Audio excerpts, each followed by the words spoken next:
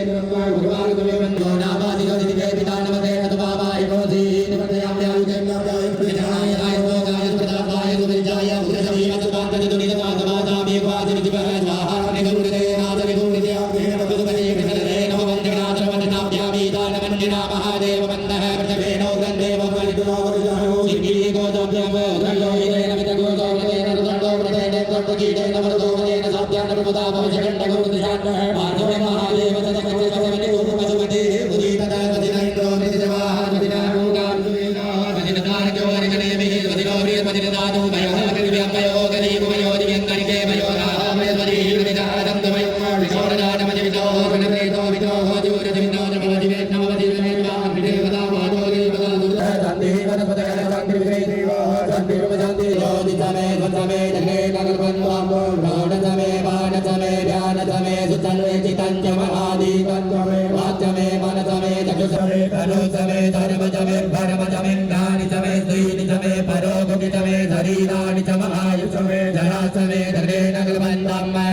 मते रुद्रमन्य बौद्धो दैकवे नमः बाहुल्यमतदे नमः जाते रुद्रशिवादनोरघोरा भावकाजिनी दयालुतत्वा शान्तमया गिरिदण्डा विदागतिः जामिगुङ्गिरिदण्डाते विवर्गतवे दिवाङ्गिरिदृताङ्गुरुमारि गोधीः पुरुगण्डगतशिवे नवजदान्वागिरिसाचा वदामसी ददानः धर्ममितगरैक्मगोतमनाः सदा भजबोधगतिपका प्रथमो देव्यो अहिंसवान्नं भयङ्क्रवाजिदातुदान्योदराजीः परातु वैवधोदताम्रो अर्णवदभो सुमङ्गलः देवेन गोरुद्राविदो दितुराहद्रो वैकागुणेडयीमहे अतो जोपजपतिनीलग्रीवो विलोहितः उदैनन्दोपादिसन्नतिसन्मुखः जहजनको मृगाः नमोऽस्तु नीलग्रीवाय सहस्राक्षाय मेलुगे अतो जयमचिलवानो हन्देभ्यो करन्नमः नमोञ्जनमनसमयोदात्म्योर्जाम्यजाचते भगवो विजयन्दनो कप्रतिनो विशल्यो बाणवानुदेवने सन्नतिजायिकवापुरुषनिकपतिः जाते समस्ते बभूवते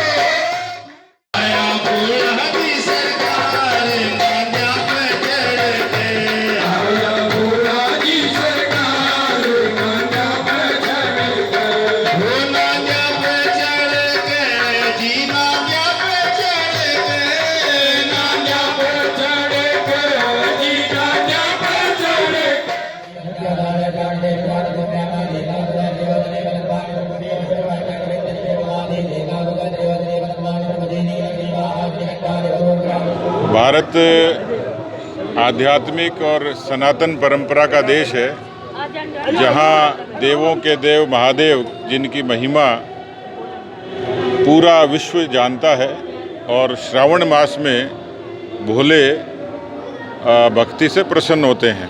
ये प्रसन्नता प्रदेश की खुशहाली के लिए और देश की खुशहाली के लिए हम सब लोग मिलकर कामना करते हैं। इसलिए रुद्राभिषेक का पुराणों में एक विशेष उल्लेख है, और क्योंकि पूजा अर्चना ये हमें आध्यात्मिक शक्ति देती हैं जो समाज के हमें काम करने में और ज़्यादा ऊर्जा देती हैं। तो स्वाभाविक तौर पर मैं इस आयोजन की हमारी पूरी टीम को बधाई भी देता हूं और श्रावण मास के इस पवित्र मास में प्रदेशवासियों की खुशहाली की कामना करता हूं। श्री शिवमा पुराण कथा समिति 2008 से सामूहिक शिव पूजा करवाती आ रही है। इसमें 251 जोड़े होते हैं। हर जोड़े के आगे अपना एक शिवलिंग होता है, उसके आगे अपना विद्वान पंडित होता है, और पूजा में हम करीब 30 आइटम पूजा में देते हैं। गंगा जल से पूरा अभिषेक गंगा जल से होता है। दाप, गन्ने का रस, भांग और पंचामृत तो होते ही हैं। इस बार हमने नया प्रयोग किया, 108 दुर्लभ औषधियों से भगवान शिव का अभिषेक हो रहा है। कहते हैं भगवान शिव से तो पानी का एक लोटा चढ़ाने से बहुत खुश होते हैं, वो एक पुण्य देते हैं। गन्ने के रस का अलग महत्व है, डाब का अलग महत्व है। आप समझे, जो 108 दुर्लभ औषधियाँ भगवान शिव को अभिषेक करने, तो भगवान शिव हमें क्या नहीं देने वाले। हमारी कामना ये है कि हमारे राष्ट्र उन्नति करे, हमारे राष्ट्र में पूरे वर्ष खुशहाली रहे, खूब बारिश होए, सब जगह अमन चैन शांति रहे, हमारा देश इसी तरीके से बढ़ता रहे, हमारी ये कामना है। अभिषेक के पश्चात हम ये शिवलिंग रात्रि को विसर्जन के लिए हरिद्वार भेजते हैं। ऐसा नहीं है शिवलिंग यहीं पे हम छोड़ दिए कहीं भी विसर्जित हो जाए। हमारे सारे शिवलिंग रात्रि को हमारी समिति के कुछ सदस्य अभिषेक विसर्जन के लिए कल सुबह हरिद्वार लेके जाएंगे। वहाँ विधि विधान से पूरा पूजा होके माँ गंगा में समाहित होंगे। ये हमारा अमृत महोत्सव में हर दिल है देश प्रेम से रंगा। आओ हम सब मिलकर फहराएं हर घर तिरंगा। देश की आन बान शान है तिरंगा। हर भारतवासी की पहचान है तिरंगा। थाम कर हाथों में हाथ नए भारत के निर्माण की अलख जगाएं। देकर एक दूजे का साथ हर शहर हर गांव हर घर तिरंगा फहराएं। तिरंगा यूं ही सदा शान से लहराता रहे। दिल यूं ही आजादी के गीत गाता रहे। हम सबका जोशे जुनू है तिरंगा। हर देशवासी की पहचान है तिरंगा। आओ अपने तिरंगे को घर लेकर आएं। इस बार हर घर तिरंगा फहराएं।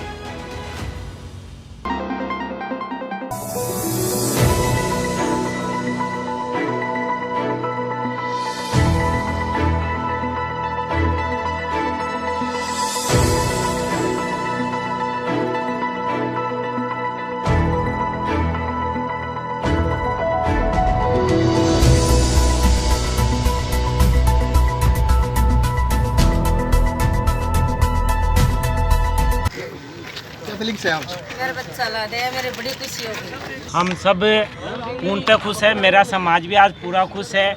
आप सभी मीडिया साथियों की वजह से, साथ में मीडिया की जितनी भी चलिए पोस्ट है उसकी वजह से लोगों ने, हर समाज के लोगों ने आपकी पोस्टों को सराहा और जगह जगह वितरित किया। साथ ही प्रशासन ने कदम से कदम मिला के हमारे बच्चे को लाके दिया। आज जितना दिल खुश है उसके लिए आप मीडिया, आप सभी media, print media, electronic media, साथ में पुलिस प्रशासन का तहे दिल धन्यवाद करना चाहते हैं। 4 महीने का बच्चा अपने दादा दादी के साथ में हॉस्पिटल परिसर में था। इसी बच्चे का बड़ा भाई है जो हॉस्पिटल में एडमिट था। करीब उसकी उम्र है 4 साल और उस बच्चे के माँ बाप जो है वो जो एडमिट बच्चा था उसी की देख रेख में थे। और ये बच्चा छोटा होने की वजह से घर पे अकेला छोड़ नहीं सकते थे क्योंकि दोनों माँ बाप हॉस्पिटल में मौजूद थे। तो ऐसी परिस्थिति में बच्चे के दादा दादी ये हॉस्पिटल परिसर में ही थे और उन्हीं के साथ ही बच्चा वो 2 दिन से वहाँ हॉस्पिटल में रख रहे थे।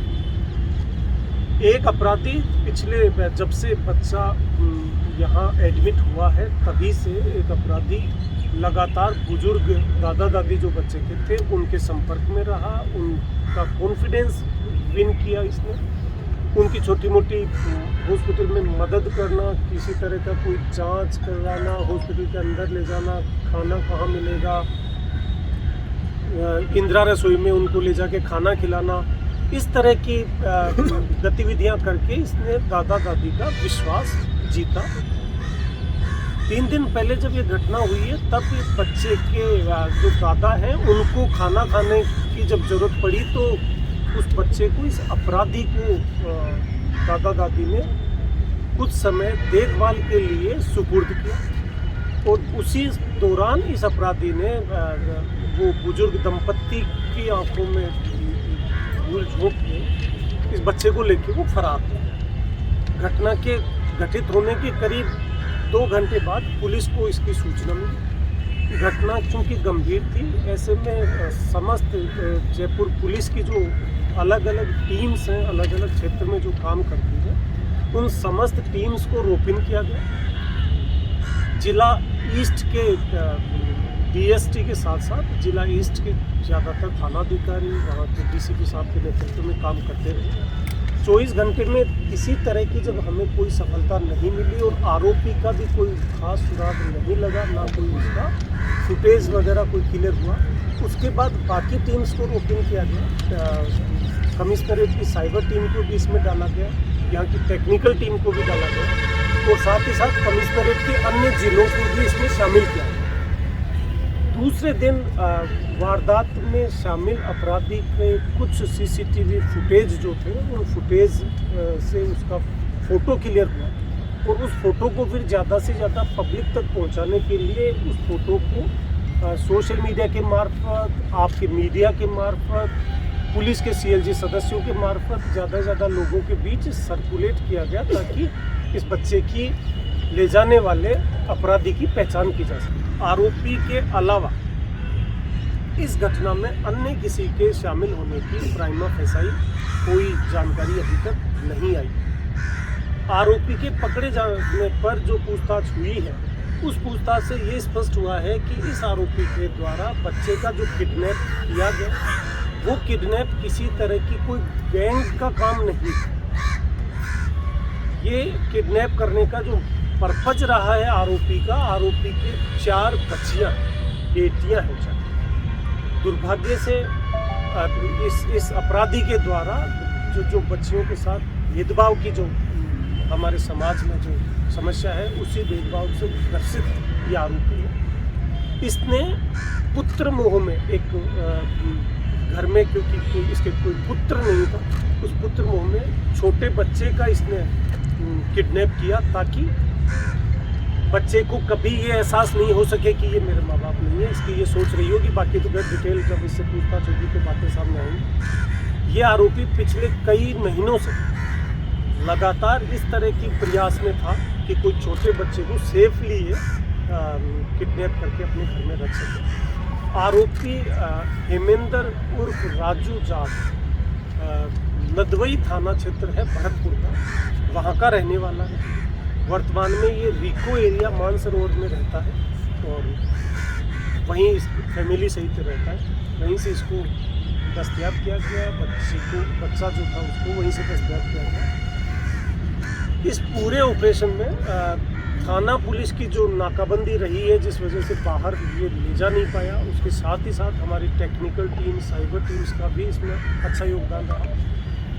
सीसीटीवी कैमराज की फुटेज को खंगालने में जो हमारे कुछ एक्सपर्ट्स तैयार हुए हैं चारों जिलों में और सीएसटी डीएसटी में, जिन्होंने लगातार फुटेज का पीछा करते हुए इसको आइडेंटिफाई करने में सफलता हासिल करी। दुर्भाग्य से एसएमएस राजधानी का प्रमुख हॉस्पिटल होने के बावजूद उस हॉस्पिटल से ये बच्चा जब किडनैप होता है तो हॉस्पिटल में जितने भी कैमरेज लगे हुए थे एंट्री एग्जिट पे उनको हम 24 घंटे तक खंगालते रहे, लेकिन दुर्भाग्यपूर्ण था कि उनकी क्वालिटी या तो कमज़ोर थी या वो कैमरे बंद थे या वो कैमरे ख़राब थे। इस वजह से हॉस्पिटल में, क्योंकि लाखों लोग इसमें रोज़ आते हैं, ऐसे में हॉस्पिटल से निकलने वाला जो फुटेज अहम होना चाहिए था वो फुटेज मिलने में देरी होने से ये बच्चा जो कि बहुत जल्दी रिकवर हो सकता था उसको रिकवर होने में 3 दिन लगे।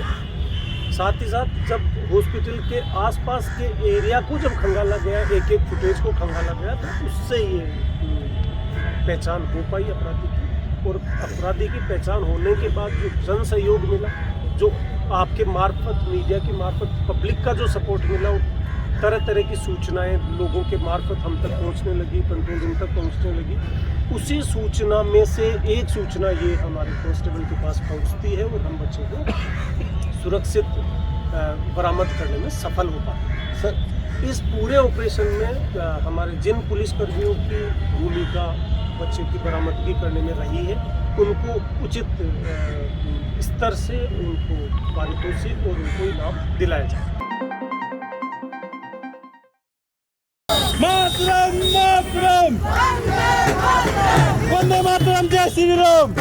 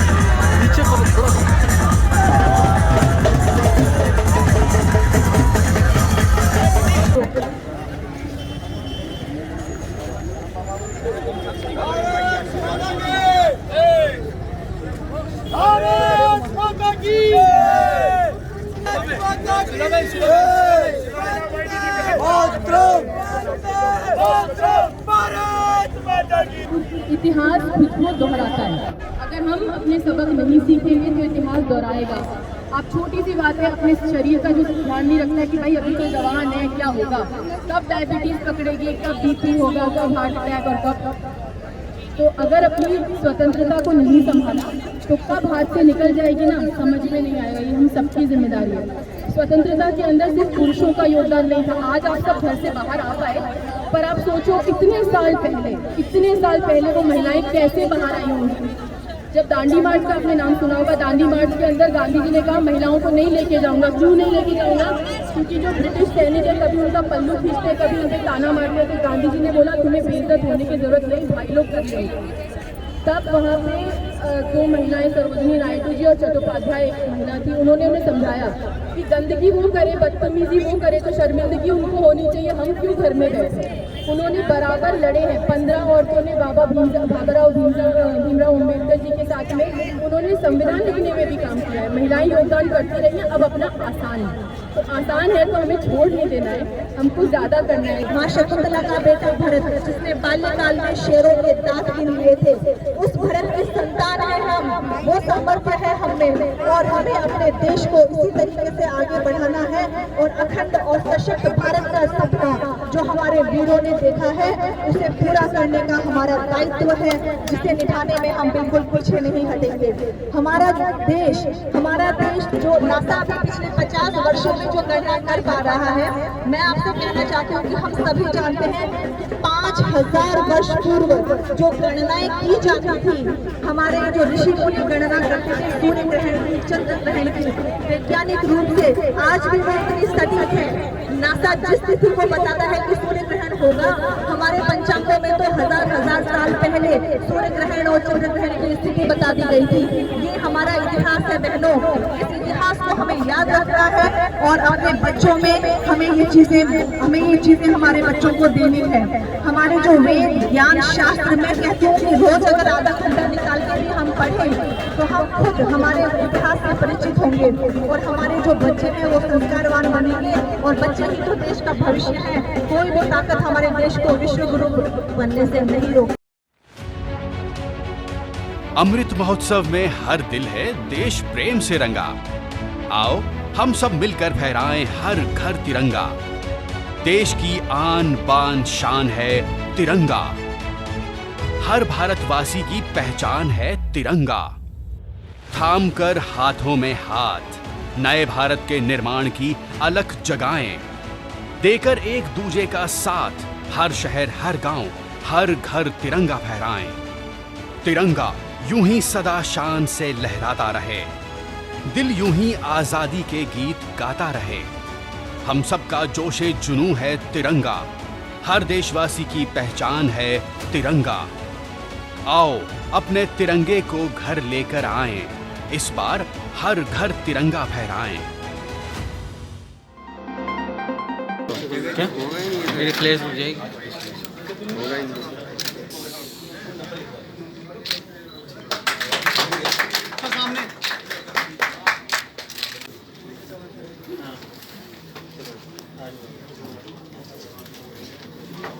एलन का टैलेंट टेक्स का एग्ज़ाम जो है, इसमें ओपन प्राइज़ जो हर बच्चे के लिए एप्लीकेबल है, चाहे एडमिशन ले चाहे नहीं लें, और एग्ज़ाम देगा तो कैटेगरी वाइज 5th क्लास से लेकर 10th क्लास तक के बच्चों को 1.25 करोड़ के प्राइज़ दिए जाएंगे। और एडमिशन लेने पर जिस तरह की स्कॉलरशिप के स्लॉट बनाए गए हैं उसमें 250 करोड़ की स्कॉलरशिप 1 लाख बच्चों तक में डिस्ट्रीब्यूट होगी।